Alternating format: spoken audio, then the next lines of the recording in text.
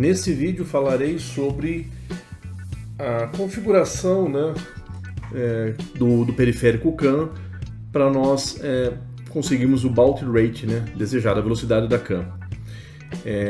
Em vídeo anteriores, né, eu citei, né, que tem os parâmetros, né, conforme aqui eu já até separei aqui, né, uma imagem daquilo que quando a gente estava configurando o periférico CAN, eu disse que esses parâmetros eu ia explicar em uma aula futura, né, em um vídeo futuro. Então esse é o momento, ok? Esse é o conteúdo agora.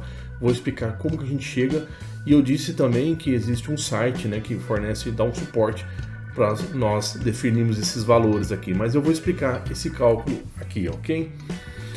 Então só tirei essa imagem, essa ilustração aqui só para nós relembrarmos. Então nosso baud rate ficou setado lá em 125k bits por segundo, né? 125.000 bits por segundo, essa velocidade dos bits na CAN ali no frame, ok? Então eu vou passar para você, no link na descrição do vídeo vou passar os links, né? Eu mantenho sempre os links lá, mas esse é o site, ok? Esse é o site de suporte, ok?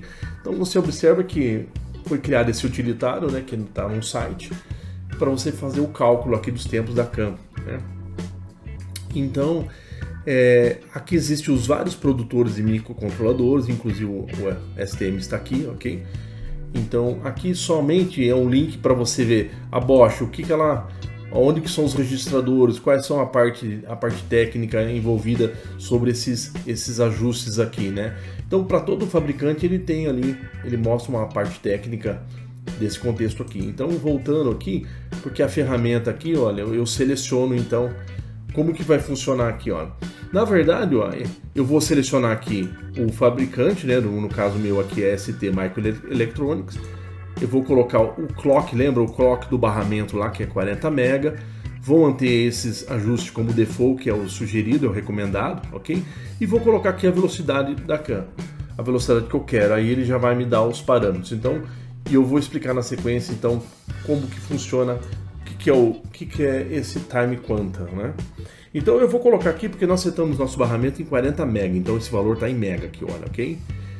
Esse aqui eu vou manter, que é mais ou menos o preferido usado, são algumas taxas aqui que são usadas normalmente por padrão. Aqui o padrão é 1, e aqui em kilobits, qual a velocidade que eu quero final na minha CAN? Eu quero 125 kilobits, até. Então eu só preciso selecionar o fabricante do meu microcontrolador, que é o STM, né?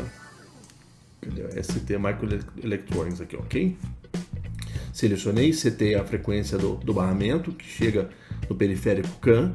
Aqui é um valor default preferido, aqui é um valor padrão 1, aqui é a velocidade que eu quero da CAN, e aqui eu faço então me mostra a tabela Request the Table. Quando eu cliquei isso aqui, se você descer mais um pouquinho, ó, ele vai falar, ele destaca em amarelo que para 125, na verdade o Prescaler tem que estar com 20. Se vocês verem lá, depois vou voltar lá mostrar, o pré-scaler é 20.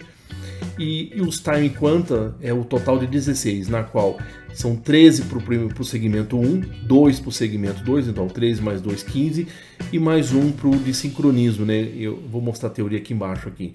Então são 16 total, gasta 16 time quanta, e eu vou explicar o que é isso aqui. Mas aqueles valores, se você ver na apresentação, então 20, 13 e 2 aqui, olha. Então voltando lá na apresentação, tá aqui, olha os valores, olha lá, Prescaler 20, o segmento 13 e o 2, certo? Então, e o de sincronização uma vez, então dá os 16, então por isso foi setado, e aí dá exatamente os 125, né? Você seta esses valores e ele obtém a velocidade. Então lá é uma ferramenta que é útil para nós fazermos isso. Agora eu quero só mostrar para vocês o que é essa coisa de time quanta, né? Então aqui está um pouco da teoria sobre isso. Na verdade, quando você tem um bit no frame da CAN, na verdade ele é subdividido em time quantas. Então, olha, um bit nominal ele é composto no nosso caso aqui, ó, é 16 TQ, time quanta. Na verdade, para ter uma qualidade melhor para fazer sincronismo, para considerar alguns atrasos, alguns delay, ele pega um bit e subdivide né, em time quantas, né? Então, na verdade, o nosso bit ali, o nosso 1 bit da nossa CAN, ele vai ser composto por 16 time quantas, na qual 13 para essa fase do segmento 1, 2 para o segmento 2 e 1 de sincronismo. Então dá os 16 time quantas. Na verdade aí ele vai explicar, né? Aqui ele explica, aqui no caso ele está explicando que esse bit, nessa duração de 1 bit, levou aqui 8 time quantas nesse exemplo, mas no nosso caso é 16. Ok? Então, por que ele tem a teoria aqui? Na verdade, olha aqui, ó, o primeiro bit lá, o sincronismo, o segmento de sincronismo é usado para sincronizar os vários dispositivos na rede, né? Então, ele dá um tempinho. Na verdade, é usado para compensar os atrasos aqui da rede. Então, na verdade, tudo isso, né? Eu pego um bit, eu subdivido ele em times quantas, para, na verdade, quando eu tenho uma maior confiabilidade, quando eu interpretar aquele 0 ou 1, ser confiável, né? Então essa é a jogada que existe na questão da subdivisão do bit aqui, né? Ele é dividido em times, é chamado de time quanta. Então no final é para ter assim uma confiabilidade na leitura do 0 ou 1 de cada bit, ok? Então na verdade os clocks lá são muito mais rápidos, né, do que um bit em si. Eles são divididos em 16 time quanta para representar um bit só no nosso caso.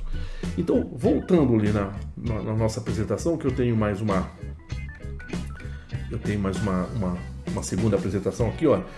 Quais são o cálculo nosso lá então? Então, o time quanta, na verdade, eu tenho eu tenho a minha frequência lá no barramento da CAN, onde está o periférico, era 40 MB. Eu vou setar no pré-scaler 20, quer dizer, ele vai dividir essa frequência do barramento por 20 e sobrou 2 MB. 2 MB é a base do meu tempo. 2 MB. Se eu fizer, isso aqui é a frequência, se eu fizer o inverso da frequência, eu tenho tempo. Então, em 500 nanosegundos, certo? A cada 500 nanosegundos eu tenho um time quanta, né? Eu tenho um clock de verdade, na verdade, a cada 500 nanosegundos, certo? O inverso de 2 MB, 500 nanosegundos. Então, eu tenho aqui, na verdade, eu tenho uma vez esse valor, uma vez eu tenho para o segmento de sincronismo, eu tenho 13 vezes para o segmento 1, eu tenho 2 vezes, então no total de 16 time quanta. Então, na verdade, né, se eu pegar 16 time quanta vezes a base de tempo, 500 nanosegundos, eu tenho uns 8.000, né, nanosegundos, né? E se eu fizer, então, 8.000, o inverso de 8.000, aqui é tempo, se eu quiser voltar em frequência, fizer o inverso, eu tenho aqui a minha taxa lá, a minha taxa do baud rate da CAN, por isso que só representando como deu os cálculos aqui. Então, voltando para vocês verem esses valores aqui, ó, 500 nano, 8.000 e todos os valores setados aqui, posso reconciliar aqui mostrando para vocês, ó, lá na ferramenta falou que eu tinha que setar um pré-scaler para 20, foi setado. Diz que o segmento, né, o segmento 1 teria que estar 13 vezes o time quanta. Olha o valor do time quanta aqui. Porque ele pegou 40 MB, dividiu por 20, esse é o tempo de um time quanta, né? É o clock realmente interno, o menor clock interno, é um time quanta. Aí a quantidade de vezes que ele vai usar, quantos time quanta ele vai usar para fazer a interpretação de um bit só. 13 time quantas do segmento 1, mais 2 vezes aqui e mais um bit aqui de sincronismo. Então, 16. Se eu multiplicar os 500 nano por 16, eu tenho 8.000, né, nanosegundos, né, para um bit. Que aconteceu 16 time quantas, né, para eu representar um bit aqui. Ok? Claro que para dar uma leitura, uma confiabilidade, uma estabilidade ali no 0 e 1 que ele vai ler. Então por isso que ele tem essa jogada. E aí se eu fizer um inverso disso, eu tenho meu baud rate exatamente conforme eu mostrei para vocês aí, então. Então eu mostrei os cálculos, mostrei aqui a ferramenta na web, né, um site para trabalhar nos mais variados fabricantes de microcontroladores, ok? E tem uma teoria lá para quem quiser se aprofundar mais, mas a ideia geral, em linhas gerais, é essa mesmo. Então agradeço a atenção, muito obrigado.